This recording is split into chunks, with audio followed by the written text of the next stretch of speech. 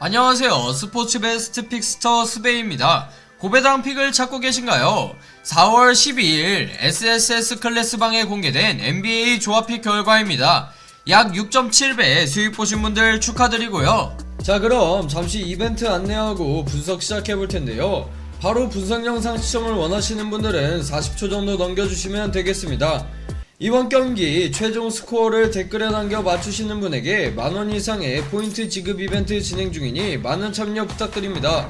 확실한 조합픽 및 주력픽을 원하시는 분들은 스베.com 링크 또는 제 채널 소개란 링크 통하여 SSS 클래스방에 참여하세요.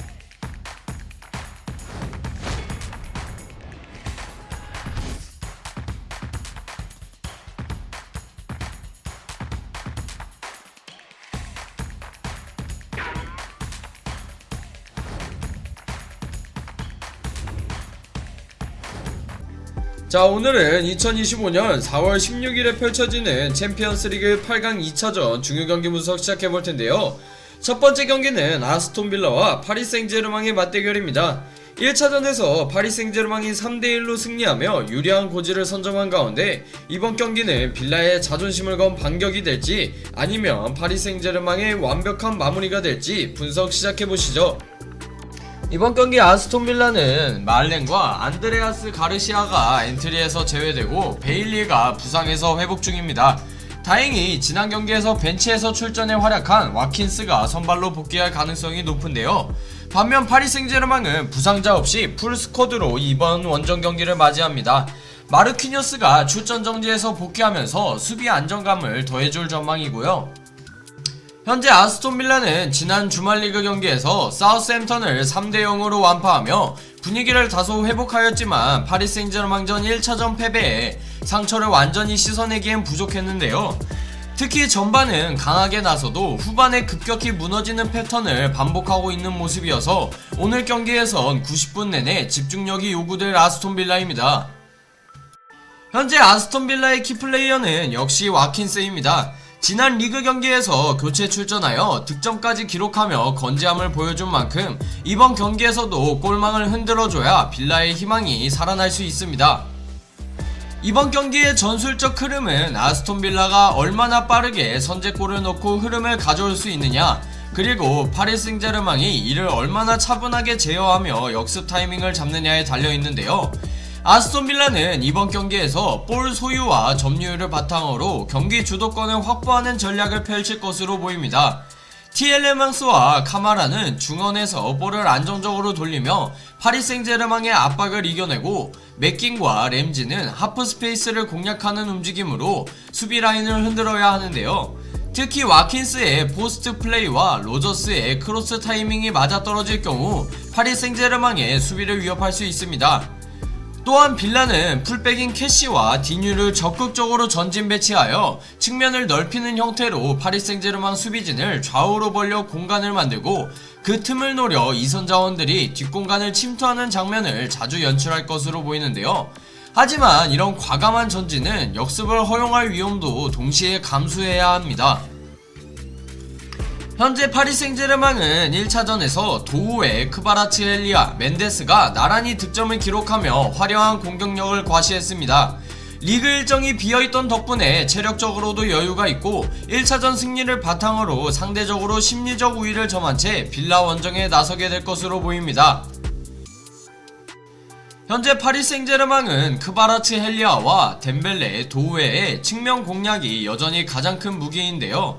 특히 크바라츠헬리아는 1차전에서도 환상적인 골을 만들어내며 빌라 수비를 괴롭혔고 이번 경기에서도 그의 발끝에서 파리 생제르맹의 승부가 결정될 가능성이 높습니다.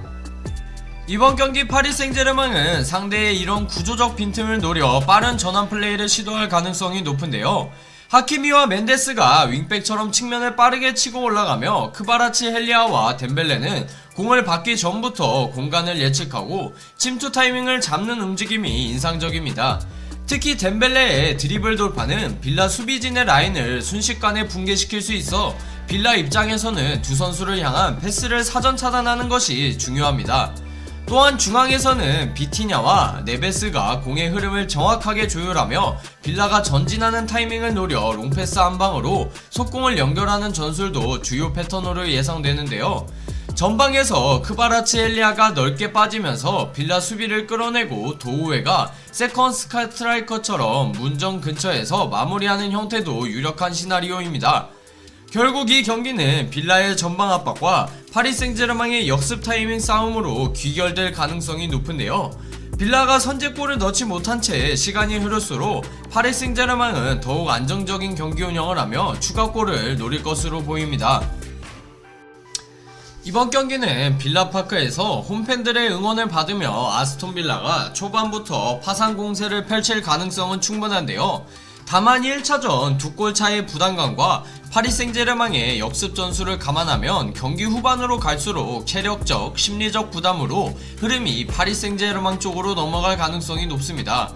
빌라가 먼저 선제골을 넣는다면 의외의 드라마가 펼쳐질 수도 있지만 파리 생제르맹의 한 수위 조직력과 개인 기량을 넘기는 어려울 것으로 보이기 때문에 이번 경기 저 스벤은 파리 생제르맹의 승리를 예상합니다. 이번 경기 최종 스코어를 댓글에 남겨 맞추시는 분에게 만원 이상의 포인트 지급 이벤트 진행 중이니 많은 참여 부탁드립니다. 확실한 조합픽 및 주력픽을 원하시는 분들은 스베.com 링크 또는 제 채널 소개란 링크 통하여 SSS 클래스방에 참여하세요. 자, 두번째 경기는 도르트문트와 바르셀로나의 8강 2차전 자존심을 건 맞대결입니다. 1차전에서 바르셀로나가 4대0이라는 압도적인 승리를 거두며 유리한 고지를 선점한 가운데 홈에서 기적을 노리는 도르트문트가 어떤 반전을 이번 경기는 양팀 모두 주전 자원들의 이탈로 전력 손실이 뚜렷한 상황입니다. 도르트문트는 자비처와 슈로터백 그리고 유망주, 마네와 캠벨까지 총 4명이 결장할 예정입니다. 다행히 1차전에 징계로 빠졌던 그로스는 복귀하여 중원에서 큰 힘을 보탤 전망인데요. 반면 바르셀로나도 골키퍼 테어 슈테겐을 포함해 카사도, 베르날, 알레한드로 발데까지 총 4명이 결장합니다. 하지만 올모가 부상에서 돌아오며 팀의 긍정적인 에너지를 불어넣을 준비가 마쳤다고 볼 수 있죠. 최근 도르트문트는 리그에서 바이에른 뮌헨을 상대로 무승부를 거두며 최소한 분위기 반전의 실마리는 잡았습니다. 하지만 유럽 대항전에서는 지난 1차전에서 바르셀로나에 완패하며 실망스러운 결과를 만들었는데요. 홈에서 펼쳐지는 이번 경기는 팬들 앞에서 자존심을 지키기 위한 필사적인 승부가 예상됩니다. 이번 경기도 도르트문트는 기라시와 브란트의 활약이 절대적일 수밖에 없는데요.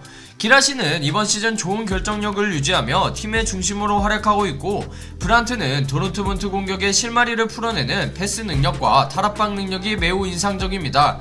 이 두 선수가 어떻게 바르셀로나의 수비를 흔들어낼지가 이번 경기 승부의 핵심이죠. 이번 경기 도르트문트는 홈에서 3-5-2 포메이션을 기반으로 공격적인 전방 압박을 시도할 가능성이 높은데요. 이미 1차전에서 4개의 실점을 허용했기 때문에 이번 경기는 초반부터 수비적 안정성보다 득점 우선 사고가 필요합니다. 따라서 윙백인 리에르송과 스벤손의 적극적인 오버래핑과 크로스가 중요한 무기가 될 텐데요. 특히 도르트문트는 하프라인 근처에서부터 상대의 빌드업을 차단하려는 압박을 걸 것이고, 이때 크로스와 찬이 중원에서 공간을 얼마나 효율적으로 커버해주느냐가 관건입니다. 바르셀로나의 페드리 더용 조합은 압박을 벗겨내는 능력이 뛰어나기 때문에 도르트문트가 2차적인 수비 라인의 재정비 속도도 매우 중요할 텐데요. 또한 수비적으로는 슈로터백의 배우제로 인한 수비 라인 조직력이 다소 불안한 상황입니다. 이를 메우기 위해 안톤, 수엘레, 엠레찬이 경기 내내 포지셔닝에 세심하게 신경 써야 하고, 바르셀로나가 즐겨 쓰는 하프 스페이스 침투와 2대1 패스를 어떻게 차단하느냐가 승부의 핵심이 될 것입니다. 현재 바르셀로나는 리그 1위를 유지하고 있으며 최근 경기력 또한 안정적인 모습인데요. 특히 전방 삼각편대인 하피냐, 야말, 레반도프스키는 언제든지 골을 만들어낼 수 있는 결정력을 보여주고 있습니다. 1차전 대승 덕분에 심리적으로도 여유있는 상태로 독일 원정을 준비했을 것인데요. 현재 바르셀로나의 핵심 선수는 단연 하피냐, 야말, 그리고 레반도프스키입니다. 하피냐는 이번 챔피언스 리그에서 평균 평점 8점을 넘기는 놀라운 퍼포먼스를 보여주고 있고, 야말은 17세의 어린 나이에도 불구하고 침착하고 창의적인 플레이로 상대 수비를 흔들고 있는데요. 여기에 경험 많은 레반도프스키의 마무리 능력은 언제든지 도르트문트의 수비를 위협할 무기입니다. 이번 경기 바르셀로나는 4-2-3-1 포메이션을 유지하며 중앙을 단단하게 봉쇄한 뒤 측면에서의 빠른 전환 공격을 노릴 텐데요.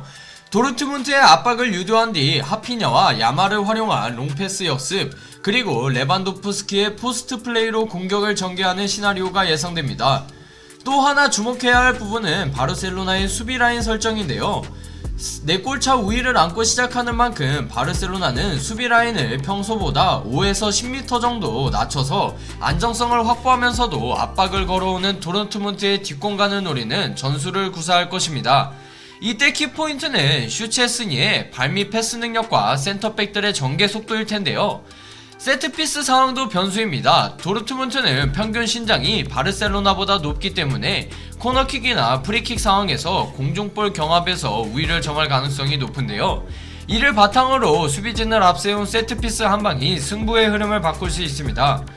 결국 도르트문트가 초반에 얼마나 강한 압박과 빠른 템포의 공격으로 선제골을 만들어내느냐, 그리고 바르셀로나가 침착하게 볼 점유를 유지하며 상대 체력을 빼앗고 역습으로 마무리하느냐, 이 두 가지가 이번 경기의 가장 큰 전술적 승부처가 될 것으로 보입니다. 이번 경기는 도르트문트가 홈에서 기적을 쓰기 위해 총공세를 펼치겠지만, 바르셀로나의 경험과 전력차를 감안하며 바르셀로나가 이번 경기에서도 패하지 않고 4강 진출을 확정지을 가능성이 높아 보이는데요. 이번 경기 승부 예측은 고정 댓글의 S클래스 방에서 확인해주세요. 자, 이렇게 2025년 4월 16일에 펼쳐지는 챔피언스리그 8강 2차전 분석해보았는데요. 여러분의 예상은 어떠신가요? 댓글로 여러분의 승부 예측을 남겨주세요. 이번 영상이 유익하셨다면 구독과 좋아요, 알림 설정 부탁드립니다. 지금까지 스포츠 베스트 픽스터 스베였습니다. 감사합니다. 이번 경기 최종 스코어를 댓글에 남겨 맞추시는 분에게 만원 이상의 포인트 지급 이벤트 진행 중이니 많은 참여 부탁드립니다. 확실한 조합픽 및 주력픽을 원하시는 분들은 스베.com 링크 또는 제 채널 소개란 링크 통하여 SSS 클래스 방에 참여하세요.